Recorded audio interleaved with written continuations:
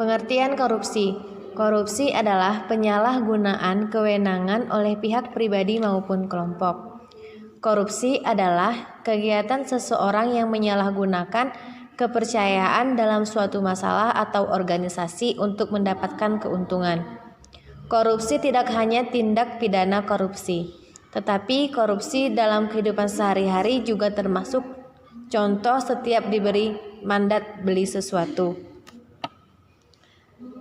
Korupsi diatur dalam Kitab Undang-Undang Hukum Pidana atau KUHP, Undang-Undang Nomor 3 Tahun 1971 tentang Pemberantasan Tindak Pidana Korupsi, Undang-Undang Nomor 28 Tahun 1999 tentang Penyelenggaraan Negara yang Bersih dan Bebas Korupsi, Kolusi, dan Nepotisme, Undang-Undang Nomor 30 Tahun 2002 tentang Komisi Pemberantasan Tindak Pidana Korupsi. Assalamualaikum warahmatullahi wabarakatuh. Nama saya Fatahitun Islamia M. Selanjutnya di sini saya akan menjelaskan faktor penyebab korupsi. Yang pertama itu sifat tamak manusia. Tamak ini adalah sifat rakus terhadap hal-hal yang bersifat kebendaan tanpa memperhitungkan mana yang halal dan mana yang haram. Sifat ini sebagai sebab timbulnya rasa dengki, permusuhan, serta perbuatan keji dan mungkar, korupsi, pembegalan, perampokan, penipuan, dan perilaku lainnya yang bermuara pada ketamakan, pada keserakahan. Yang kedua itu ada moral yang kurang dalam menghadapi godaan. Jika seseorang mempunyai moral yang kurang, maka akan menyebabkan seseorang tersebut itu untuk mudah melakukan tindakan korupsi. Kita tidak hanya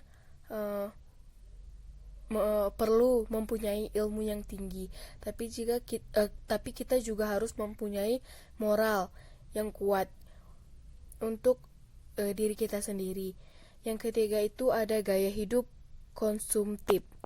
Jadi gaya hidup konsumtif adalah perilaku individu yang dipengaruhi oleh faktor-faktor sosiologis dalam kehidupannya yang ditunjukkan untuk konsumsi, untuk mengkonsumsi secara berlebihan atau pemborosan.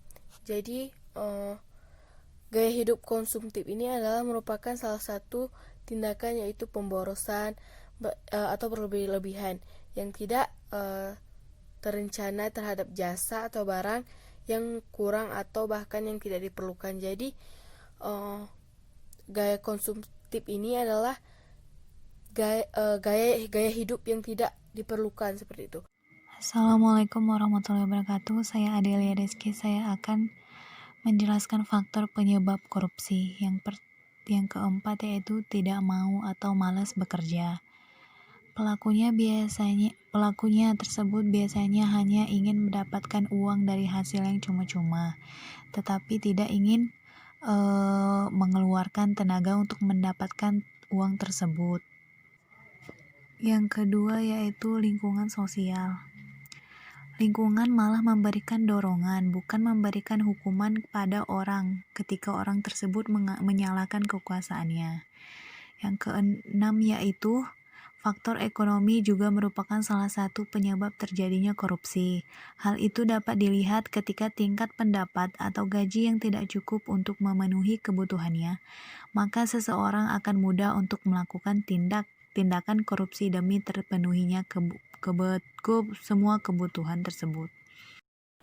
Nama saya Cici Sundari. Di sini saya akan menjelaskan tentang contoh tindakan korupsi pada anak.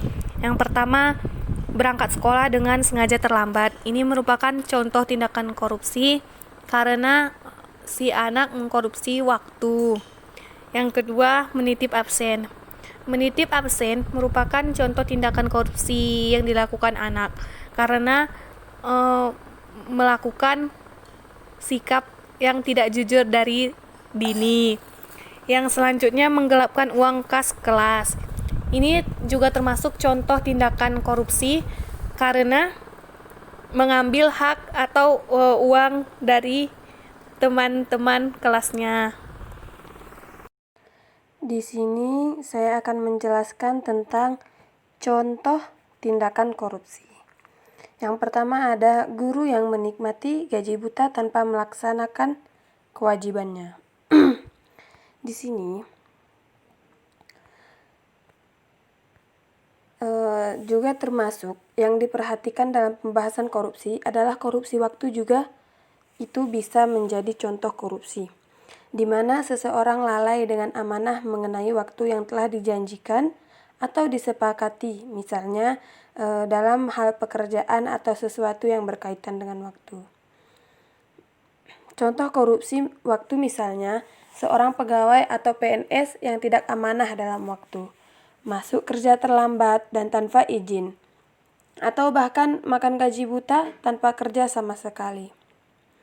Hendaknya seseorang itu menunaikan amanatnya, atau bagi seorang pegawai yang telah berjanji akan melaksanakan amanahnya, yaitu bekerja dengan waktu-waktu tertentu dan ia memang digaji untuk hal itu. Hendaknya berusaha menunaikan amanahnya sebaik mungkin. Begitu juga dengan jam kerjanya. Hendaknya ia gunakan jam kerjanya yang telah disepakati untuk benar-benar bekerja sesuai dengan amanahnya. Allah dan Rasul-Nya memerintahkan kita agar menunaikan amanah dengan profesional dan sebaik mungkin. Allah Subhanahu wa taala berfirman di dalam surat An-Nisa ayat 58. Innallaha ya'murukum an tu'addul amanati ila ahliha. Artinya, sesungguhnya Allah memerintahkan kepada kalian untuk menunaikan amanat yang berhak. Begitu. Dan yang kedua, contohnya yaitu membayar harga makanan kantin tidak sesuai jumlah makanan yang diambil. Itu mungkin sering terjadi di kantin-kantin sekolah. Yang ketiga yaitu meminta uang buku kepada orang tua lebih dari harga sebenarnya. Assalamualaikum warahmatullahi wabarakatuh. Nama saya Citra Amalia. Di sini saya akan menjelaskan mengenai upaya yang dapat dilakukan untuk memberantas korupsi. Seperti yang kita ketahui bersama bahwa korupsi tidak hanya dalam bentuk uang saja, namun juga dapat berbentuk waktu seperti yang terjadi dalam kehidupan kita sehari-hari. Berdasarkan contoh yang telah kami paparkan pada slide sebelumnya, di sini saya akan memberikan beberapa upaya yang dapat dilakukan untuk memberantas tindakan korupsi tersebut. Yang pertama adalah dengan menanamkan nilai-nilai agama kepada anak sejak dini.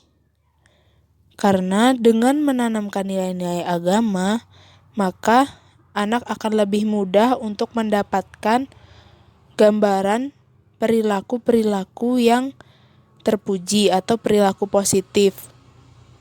Juga dapat membedakannya dengan perilaku-perilaku yang tercela atau perilaku negatif. Lalu yang berikutnya adalah memberikan sanksi atau teguran kepada orang yang melakukan tindakan korupsi atau melakukan pelanggaran tersebut untuk memberikan efek jera dan memberikan pengaruh kepada orang-orang lain supaya tidak melakukan hal yang sama di kemudian hari. Mungkin hanya sekian yang dapat saya sampaikan, kurang dan lebihnya saya mohon maaf. Wabillahi taufiq wal hidayah. Wassalamualaikum warahmatullahi wabarakatuh.